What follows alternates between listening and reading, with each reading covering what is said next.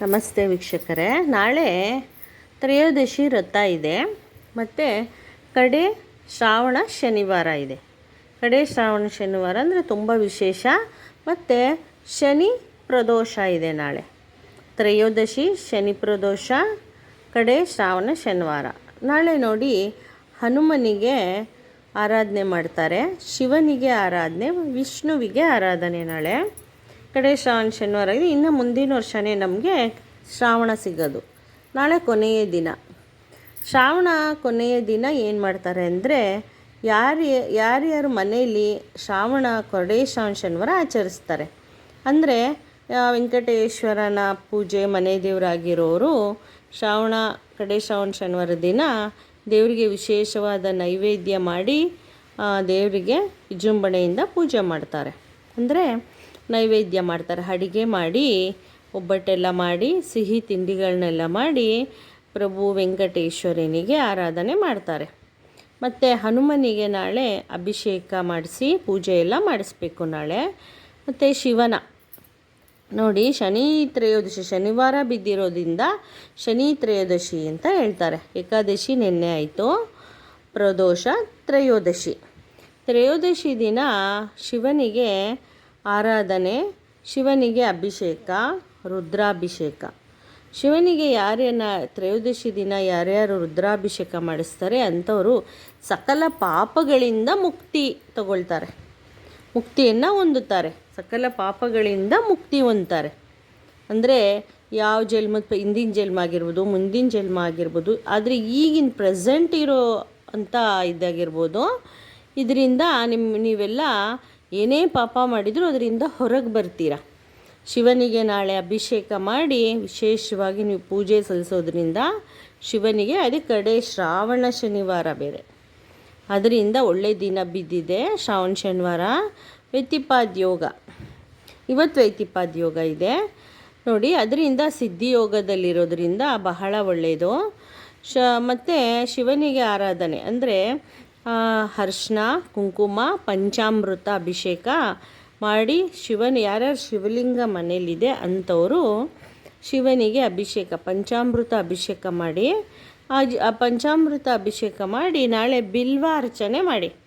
ಈಗ ಬಿಲ್ವಪತ್ರೆ ಸಿಗದೆ ಇದ್ದವರು ಏನು ಮಾಡ್ತೀರಾ, ಒಂದು ಹೂ ಬರುತ್ತೆ, ಪಂಚದಳ ಹೂ ಅಂದರೆ ಪಿಂಕ್ ಕಲರ್ ಬರುತ್ತೆ, ಆ ಹೂ ಇಡ್ಬೋದು. ಇಲ್ಲ ಶಂಖಪುಷ್ಟಿ ಹೂ ಕೂಡ ಇಡ್ಬೋದು.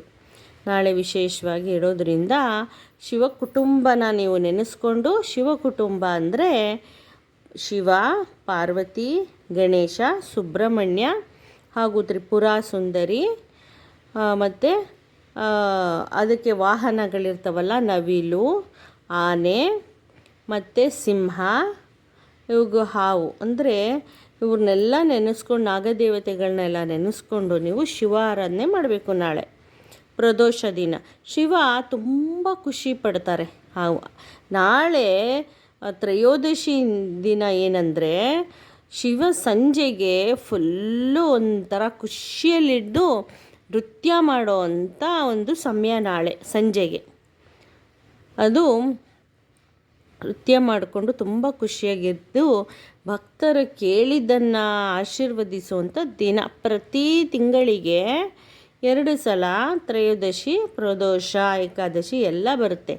ನೀವು ಕ್ಯಾಲೆಂಡ್ರಲ್ಲಿ ನೋಡ್ಕೊಳ್ಳಿ, ತ್ರಯೋದಶಿ ಪ್ರದೋಷ ದಿನ ನೀವು ಆರಾಧನೆ ಮಾಡಿ ಶಿವನಿಗೆ. ಶಿವಾಲಯಕ್ಕೆ ಸಂಜೆಗೆ ಹೋಗಬೇಕು. ನೀವು ಸಂಜೆಗೆ ಶಿವಾಲಯಕ್ಕೆ ಹೋಗಿ ಭಜನೆ ಮಾಡಬೇಕು.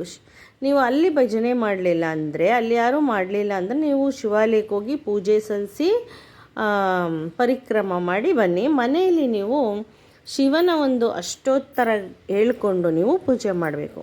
ಅಷ್ಟೋತ್ತರ ಅಂದರೆ ಶಿವ ಪಂಚಾಕ್ಷರಿ ಮಂತ್ರ, ಶಿವ ಅಷ್ಟೋತ್ತರ, ಇಲ್ಲಾಂದರೆ ಶಿವ ಚಾಲೀಸ, ಇದು ಹೇಳ್ಕೊಬೋದು. ನಾಳೆ ತುಂಬ ಒಳ್ಳೆಯದು.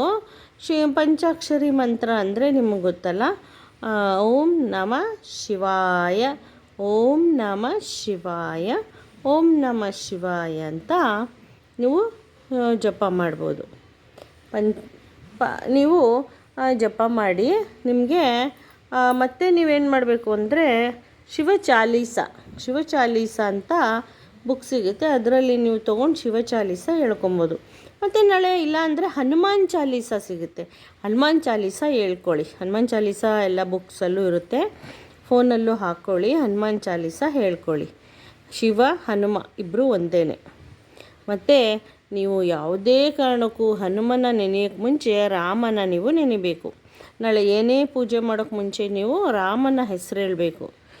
ಶನಿವಾರದ ದಿನ ರಾಮನ ಹೆಸರು ಹೇಳಿದ್ರೇ ಶಿವ ತುಂಬ ಖುಷಿಯಾಗೋದು. ಮತ್ತು ನಂದೀಶ್ವರ ಪೂಜೆ, ನಂದಿಗೆ ನಮಸ್ಕಾರ, ಪರಿಕ್ರಮ ಮಾಡಬೇಕು ನೀವು. ಮತ್ತು ಬಿಲ್ವಪತ್ರೆಯಲ್ಲಿ ಅರ್ಚನೆ ಮಾಡ್ಕೊಳ್ಳಿ. ಬಿಲ್ವಪತ್ರೆಯಲ್ಲಿ ಅರ್ಚನೆ ಮಾಡೋದರಿಂದ ನಿಮಗೆ ಎಲ್ಲ ಸಮಸ್ಯೆಗಳು ದೂರ ಆಗುತ್ತೆ. ನಾಳೆ ಬಿಲ್ವಪ್ರಿಯ ಶಿವಪ್ಪ ಬಿಲ್ವಪ್ರಿಯ. ಮತ್ತು ನೈವೇದ್ಯ ನೀವೇನಾದರೂ ಮಾಡಿಡ್ಬೋದು ಶಿವನಿಗೆ ಹಾಗೂ ವಿಷ್ಣುವಿಗೆ. ಮಾಮೂಲಿ ಅಡುಗೆ ಎಲ್ಲ ಮಾಡಿ, ವಿಷ್ಣು ಒಕ್ಲಿರೋರೆಲ್ಲ ಅಡುಗೆ ಮಾಡಿ ಇಡ್ತಾರೆ. ಹಣ್ಣು ಹಂಪಲು ಎಲ್ಲ ಇಟ್ಟು ಪಂಚಾಮೃತ ಅಭಿಷೇಕ ಮತ್ತು ಹಾಲು ನೈವೇದ್ಯ ಇಡಿ ಶಿವನಿಗೆ. ಹಾಲು ನೈವೇದ್ಯ ಇಟ್ಟು ಶಿವಲಿಂಗ ಯಾರ್ಯಾರ ಮನೇಲಿದೆ ಅವರೆಲ್ಲ ಶಿವಲಿಂಗಕ್ಕೆ ಅಭಿಷೇಕ ಮಾಡಿ. ಮತ್ತು ನಾಳೆ ಒಳ್ಳೆಯ ದಿನ ಇರೋದರಿಂದ ನೀವು ಬೆಲ್ಲದ ಆರತಿ ಕೂಡ, ಹನುಮನಿಗೆ ಬೆಲ್ಲದ ಆರತಿ ಕೂಡ ಮಾಡಿ. ಮನೆಯಲ್ಲೂ ಮಾಡ್ಬೋದು. ಮನೇಲಿ ಮಾಡಿ ಹನುಮನಿಗೆ, ವೆಂಕಟೇಶ್ವರನಿಗೆ, ಲಕ್ಷ್ಮೀ ವೆಂಕಟೇಶ್ವರನಿಗೆ ಹಾಗೂ ಶಿವ ಕುಟುಂಬನ ನೆನೆಸ್ಕೊಂಡು ನೀವು ಮನದಲ್ಲಿ ಶಿವನ ನೆನೆಸ್ಕೊಂಡು ನೀವು ಮನೆಯಲ್ಲೇ ಆರತಿ ಮಾಡಿ. ನಾಳೆ ಕಡೆ ಶ್ರಾವಣ ಶನಿವಾರ, ಶನಿ ಪ್ರದೋಷ ಕೂಡ ಇದೆ. ಶನಿವಾರ ಬಿದ್ದಿರೋದ್ರಿಂದ ಶಿವನ ಆರಾಧನೆ. ಶಿವನಿಗೆ ಯಾರು ತುಂಬ ಚೆನ್ನಾಗಿ ನಾಳೆ ಪೂಜೆ ಮಾಡ್ತಾರೆ, ಶನಿದೇವರಿಗೆ ತುಂಬ ಪ್ರಿಯ ಆಗ್ತಾರೆ.